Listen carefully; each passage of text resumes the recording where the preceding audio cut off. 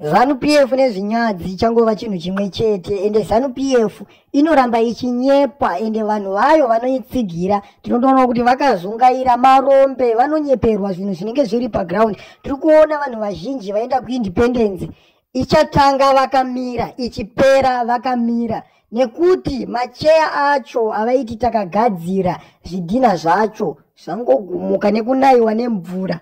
Hatizive kuti mari yavakashandisa yese vakashaya mari yekutenga simendi here, nekuti hakuna chinhu chinoiswa simendi chinogumurwa nemvura. Macheya ese adonha, vanhu vakupedza independence vakamira. Ende imwe nyaya vaifamba vachipublisha kuti takapedza kugadzira road, zvinhu zvese zvatova right.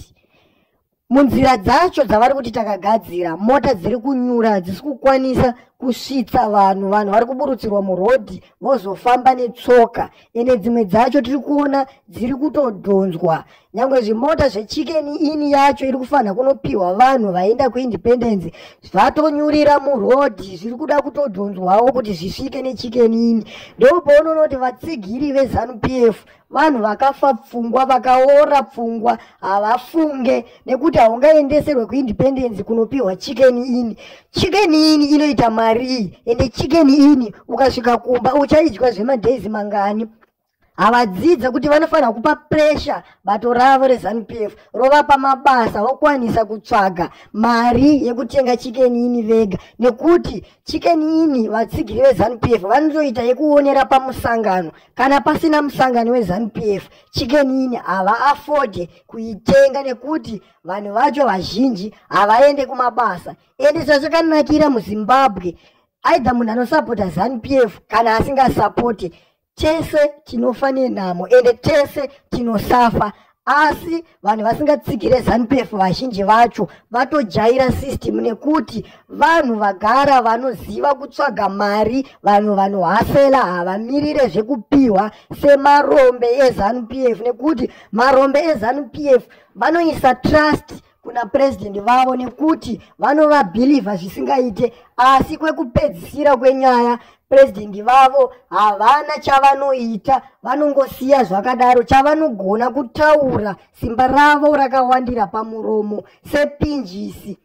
Tiri kuona vanhu vazhinji vari kuindependence havasi kufara, nekuti independence hazviite kuti itange vakamira yopera vakamira, asi vanozongonyepedzera kufara zvavo, asi mumwoyo mavo munenge vakasuwa. Ende ZANU-PF yacho uchatonzwa kuti hapana munhu anosungwa paprojekti yakaitwa yekugadzira macheya, paprojekti yakaitwa yekugadzira rodhi. Macheya acho hapana, rodhi yacho yakagadzirwa hapana, asi mari yakatodyiwa ikatopera. Hakuna munhu anosungwa, nekuti munhu wacho wavanenge vakapa basa iroro anenge ari umwe wavo, ndomupirani wavanoita mari iwowo. Ukasatoiba wapiwa basa iroro hauite mari futi. Saka hazvisi zvinhu zvinoshamisa kubato reZANU-PF. Ivo chavanongokoshesa ndechekuti zuva ravo radoka vachiita zvavaita. Ene chimwe chinhu chinotorwadza chinosota chiri kuitika kuindependence,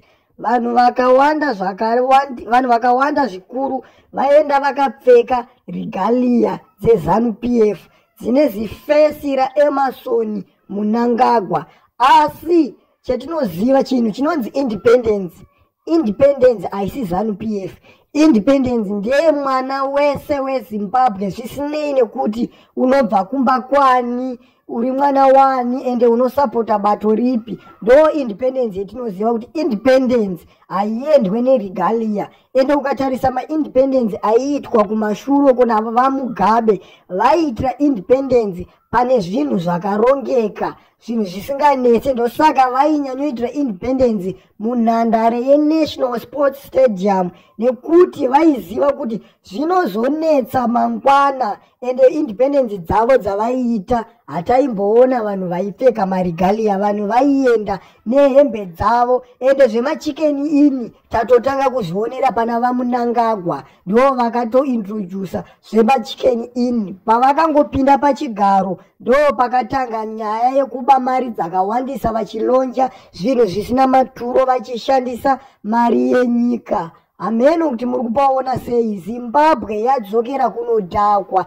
nekuti Zimbabwe yakuita kunge yakarwirwa naEmerson Mnangagwa chete. Hachacheuke vamwe vaakaenda navo kuhondo, maovheti mazhinji ari kusafa, hama dzevamwe vevamwe vakatoenda kuhondo dziri kusafa, havana benefit yavari kuwana, ende vamwe vacho vakatofa Zimbabwe yacho isati yawana kuzvitonga kuzere. Payakawana kuzvitonga kuzere havana chavari kubenefita vana vacho, vangori vanhu vari kutambura, vanongoti dai vabereki vedu varipo. Unotoshaya kuzoti vabereki vavo vacho vakafirei, nekuti ukatarisa vanhu vakaita sana Mnangagwa mhuri dzavo dzatopa mabasa anotora mari. Ukada kutarisa Mnangagwa vana vake mabasa akavapa vari kutongotora mari, but vanhu vazhinji vakaenda kuhondo vangori vanhu vasina kana chinhu chavanacho, pekugara chaipo havatorina. Asi nyika inenge ichinzi yane 45 years yatora independence.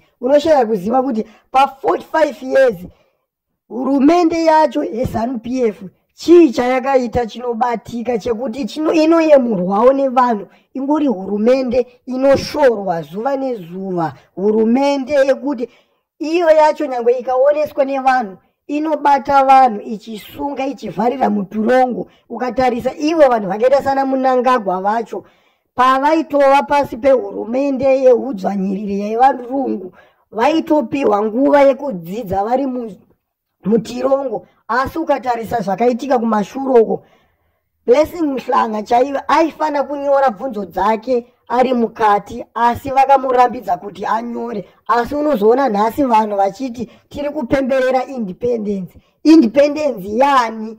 Zuva ranhasi rakangofanana nekuti harisi zuva ritinoremekedza. Tinongoziva kuti nhasi ungori musi weFriday watinongoziva zuva nezuva. Kana iye Mnangagwa kana achida kutoripa zita zvitori nani ati rinonzi Emerson Dambudzo Mnangagwa Day, kwete kuti Independence Day, nekuti vanhu vakawanda havasi kufara nezvaari kuita.